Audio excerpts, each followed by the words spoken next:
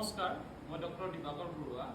আজি আপোনালোকৰ মাজলৈ আমি এটা নতুন টপিক লৈ আহিছোঁ, লাম্পি স্কিন ডিজিজ। আপোনালোকে প্ৰায়ে দেখিছে এইটো সময়ত লাম্পি স্কিন ডিজিজ বহুত ঠাইতে নতুনকৈ হ'বলৈ ধৰিছে। যিবিলাক গৰুৰ এই লাম্পি স্কিন ডিজিজ হৈছে, প্ৰডাকশ্যন বহুত কমি গৈছে আৰু মৃত্যুমুখত পৰাও দেখা গৈছে। এতিয়া আমি লাম্পি স্কিন ডিজিজৰ যদি কথা কওঁ, আগতেও বহুতে গৰু ছাগলীৰ বেমাৰ হোৱা সন্মুখীন হৈছিল, কিন্তু ৰিচেণ্টলি এই বছৰত এতিয়া যিহেতু বাৰিষা বা গৰম বহুত পৰিছে, গৰমৰ ছিজনত এই বেমাৰটো প্ৰায়ে দেখা যায়।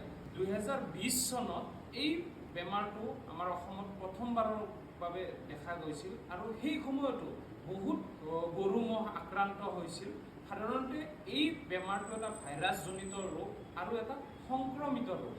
যিহেতু এইটো এটা ভাইৰাছৰ দ্বাৰা সংক্ৰমিত হয়, গোহালিত এজনী গৰুৰ লাগিলে বা গাঁওখনত এটা গৰুৰ লাগিলে ই অন্য গৰুলৈ বিয়পি যায়।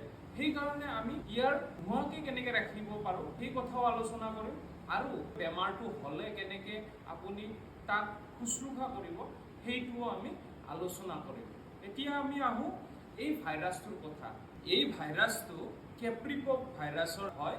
সেয়েহে এই বেমাৰটো ছাগলীৰ বসন্ত বেমাৰৰ ভাইৰাছৰ লগত ইয়াৰ সাদৃশ্য আছে। এই ভাইৰাছটো হ'লে আপোনালোকে দেখা পাব যে গৰুজনীৰ গোটেই গাটো প্ৰথমতে নদীউল কিছুমান, টেমুনা কিছুমান গঢ়ি উঠিব আৰু প্ৰচণ্ড গাৰ বিষ হ'ব, জ্বৰ উঠিব, খাব ল'ব মন নকৰে, কিছু ক্ষেত্ৰত হেফাই থকাও দেখা যায়। যিহেতু এতিয়া এনভাইৰমেণ্টেল টেম্পাৰেচাৰটোও বাঢ়িছে, তাৰ যদি জ্বৰ থাকে উশাহ নিশাহতো অসুবিধা পাব। সাধাৰণতে এই বেমাৰত দেখা গৈছে বহুকেইটা ছিষ্টেমিক ইনভলভমেণ্ট হয়, যেনেকৈ ডায়েৰিয়া হয়, কাহ দেখা যায় আৰু প্ৰায়ে গলধন মানে গল বিচনীখনৰ তলত ফুলি আহে, যাৰ ফলত গৰুজনী বহুদিনলৈ 10-15 দিনলৈ বহিব নোৱাৰাও দেখা যায়। প্ৰথম টেমুনাবিলাক উঠাৰ পিছত লাহে লাহে ই ফাটিবলৈ ধৰে আৰু দেহত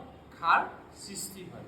এতিয়া আমি এটা কথা মন কৰিব লাগিব, এই বেমাৰটো বিয়পে কেনেকৈ। এই বেমাৰটো মহ, মাখি, টিক এইবিলাকে বিয়পায়। যদি ডাইৰেক্ট সংস্পৰ্শটো আহে তেতিয়াও এই বেমাৰটো বিয়পায়। ধৰক বাচন বৰ্তন একেটা পাত্ৰত খোৱা লোৱা কৰিলে তেনেকৈও এই বেমাৰটো বিয়পে। সাধাৰণতে আমি মানুহেও যদি এটা গোহালিত কাম কৰি অন্য গোহালিত যাওঁ তেতিয়াও এই ভাইৰাছটো বিয়পিব পাৰে। সাধাৰণতে চৰণীয়া পথাৰত একেলগে গৰু চৰিবলৈ দিলে ইটো গৰুৰ পৰা অন্য গৰুলৈ এই বেমাৰ বিয়পিব পাৰে। সেইকাৰণে আমি বেমাৰটো হ'লে সাধাৰণতে গৰুজনীক বা গাইজনীক কিছুদিনৰ বাবে আছুতীয়াকৈ ৰাখিব লাগে, নহ'লে ই গোহালিৰ অন্য গৰুলৈ বিয়পাৰ চান্সটো বেছি থাকে। এইবাৰ আমি যিমানখিনি লাম্পি স্কিন ডিজিজৰ কেছ দেখিছোঁ, কম বয়সীয়া পোৱালীৰ ক্ষেত্ৰত বেছিকৈ এই বেমাৰটো হৈছে আৰু বহুতো পোৱালী মৃত্যুমুখতো পৰা দেখা গৈছে। সেয়েহে আমি আপোনালোকক এটা কথা জনাবলৈ বিচাৰোঁ, যেতিয়া পোৱালীটো জন্ম হয় তাক মাকৰ কলষ্ট্ৰামটো খুৱাবলৈ নাপাহৰিব, যিটো আমি ফেহু বুলি কওঁ। বহুতে কি কৰে, এই ফেহুটো পোৱালীটো কমকৈ খুৱাই খীৰাই থৈ দিয়ে। সাধাৰণতে প্ৰতিটো পোৱালী দৈনিক দেহৰ 10% কলেষ্ট্ৰম খুৱাব লাগে। ইয়াত যথেষ্ট পৰিমাণে ৰোগ প্ৰতিৰোধ ক্ষমতা থাকে, যিয়ে বেমাৰ আজাৰবিলাক হ'বলৈ বাধা প্ৰদান কৰে। সেয়েহে মই আপোনালোকক এই ভিডিঅ'ৰ যোগেৰে আহ্বান জনাওঁ, আপোনালোকে পোৱালীৰ যতন লওঁতে কলেষ্ট্ৰমটো ভালকৈ খুৱাবলৈ নাপাহৰিব। এতিয়া আহিল বেমাৰটো হ'লে কি কৰিব। সাধাৰণতে আমাৰ প্ৰায়ে দেখা যায় বহুত মানুহে কি কৰে, ডাইৰেক্টলি এণ্টিবায়'টিক ইউজ কৰে। সাধাৰণতে টেমুনা হোৱাৰ লগে লগে আমি এণ্টিবায়'টিক ইউজ কৰি দিব নালাগে। এইটো যিহেতু এটা ভাইৰেল বেমাৰ, ইয়াৰ নিৰ্দিষ্ট ট্ৰিটমেণ্ট নাথাকে, আমি চিমটমেটিক ট্ৰিটমেণ্ট কৰিব লাগে। এতিয়া আমি যিটো এণ্টিবায়'টিক ইউজ কৰোঁ সেইটো সাধাৰণতে আমি ছেকেণ্ডাৰী বেক্টেৰিয়েল ইনফেকশ্যনৰ কাৰণে কৰোঁ। যেনেকৈ ধৰক হাগনি হৈছে, তাৰ ৰেছপিৰেটৰী চিমটম দেখাইছে, যেনেকৈ কাহ হৈছে বা টেমুনাবিলাক ফাটি গৈছে, তেতিয়া আমি এণ্টিবায়'টিক ইউজ কৰিব লাগে। নহ'লে কি হয়, ই গৰুজনীৰ ক্ষেত্ৰত এটা ষ্ট্ৰেছ প্ৰয়োগ কৰে, যাৰ ফলত বহুত গৰু এণ্টিবায়'টিক ট্ৰিটমেণ্ট কৰাৰ ফলতো মৃত্যুমুখত পৰে। সেয়েহে আমি ডক্তৰৰ পৰামৰ্শ লৈ সঠিক সময়তে এণ্টিবায়'টিকটো ইউজ কৰিব লাগে। ইনিচিয়েলি যিহেতু প্ৰচণ্ড গাত জ্বৰ থাকে বা বিষ থাকে, জ্বৰৰ বা বিষৰ প্ৰভাৱ আৰু এণ্টি হিষ্টামিনিক জাতীয় ইনজেকশ্যন বা টেবলেট পায় সেইবিলাক দিয়ক। আৰু মই এটা কথা আপোনালোকক কওঁ, ভিটামিন চি, ইমিউনিটি বুষ্টাৰ এইবিলাকত আমি যথেষ্ট গুৰুত্ব দিব লাগে। কাৰণ যিহেতু এইটো ভাইৰেল বেমাৰ, ই বডিৰ ইমিউনিটিটো ছাপ্ৰেছ কৰি ৰাখে। তাক আমি ইমিউনিটি বঢ়াবলৈ ইমিউনিটি বুষ্টাৰ খুৱাব লাগে।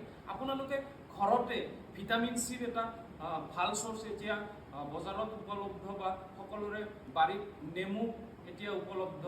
নেমুত প্ৰচুৰ পৰিমাণে ভিটামিন চি থাকে। নেমু পানীৰ লগত আতি আপোনালোকে লাম্পি হ'লে খুৱাব পাৰিব। ই যথেষ্ট পৰিমাণে ষ্ট্ৰেছ নাইকিয়া কৰিব। আৰু আপোনালোকে কিছুমান ঘৰুৱা আপোনালোকে উপায় অৱলম্বন কৰিব পাৰিব। যেনেকৈ আপুনি প্ৰতিদিনে গৰুজনী পটাছ পানীৰে গা ধুৱাব পাৰিব। ই লোকেলি বীজাণু নাশক হিচাপে কাম কৰিব। কিছুমান হোম ৰেমিডি যেনেকৈ হালধি, নিমপাত, নহৰু এইবিলাক বটি পেলাই এই ঘাঁবিলাকত প্ৰলেপ কৰিব পাৰিব।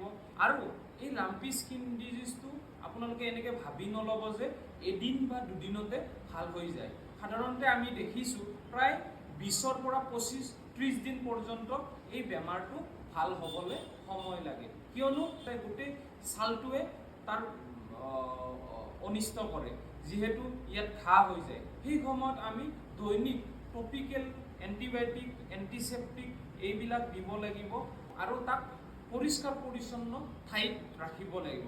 ঘাঁবিলাকৰ ওপৰত যদি লেতেৰা পেতেৰা লাগি থাকে, ইয়াৰ শুকোৱাৰ দিনবিলাক আকৌ বাঢ়ি যায়। সেয়েহে আপোনালোকক মই অনুৰোধ জনাওঁ, আপোনালোকে তাৰ পৰ্যায়ক্ৰমেহে ট্ৰিটমেণ্ট কৰিব। এনেকুৱা নহয় যে লাম্পি হ'লে আমি এণ্টিবায়'টিক দিব লাগে বা আমি অন্য এই মেডিচিনবিলাক ইউজ কৰিব লাগে। আপোনালোকে ডক্তৰৰ পৰামৰ্শ লৈ এইবিলাক কৰিব, তেতিয়াহ'লে তাৰ মৰ্টিলিটি ৰেটটো বহুত কম পাব।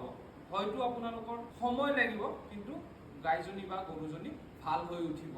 আৰু আপোনালোকে সদায় যদি আপোনালোকৰ গৰুত চিকৰা হৈছে বা দাগ লাগিছে বা মাখি আপোনাৰ গোহালিত বেছিকৈ আছে, এইবিলাক নাইকিয়া কৰাৰ কাৰণে কিছুমান মেডিচিন ইউজ কৰিব পাৰিব বা ঘৰুৱা উপায় ধোৱা এইবিলাক দি তাৰ পৰা উপশম পাব পাৰিব।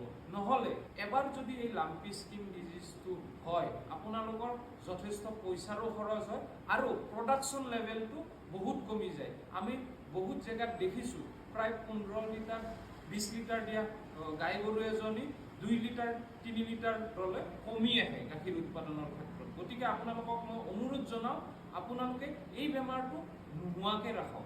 আৰু ইয়াৰ ভেকচিনেশ্যন আছে, সময়মতে আপোনালোকে পশু চিকিৎসকৰ লগত সহায় লৈ ইয়াৰ লাম্পি স্কিন ডিজিজৰ ভেকচিনটো আপোনালোকে কৰি থ'ব। তেতিয়াহ'লে যদি মাকৰ ক্ষেত্ৰতো এই ভেকচিনটো কৰি থয়, তেতিয়াহ'লে পোৱালিবিলাকৰ আক্ৰান্ত হোৱা চান্সটো কমি যায়। কিয়? এটা মেটাৰনেল মানে মাকৰ পৰা এটা এণ্টিবডি পোৱালিবিলাকে পায়। সেয়েহে আপোনালোকক মই অনুৰোধ জনাইছোঁ, যিমান পাৰে সজাগ হওক আৰু ইয়াৰ লগত ফাইট কৰক। ধন্যবাদ। আজিৰ ভিডিঅ'টো ইমানেই।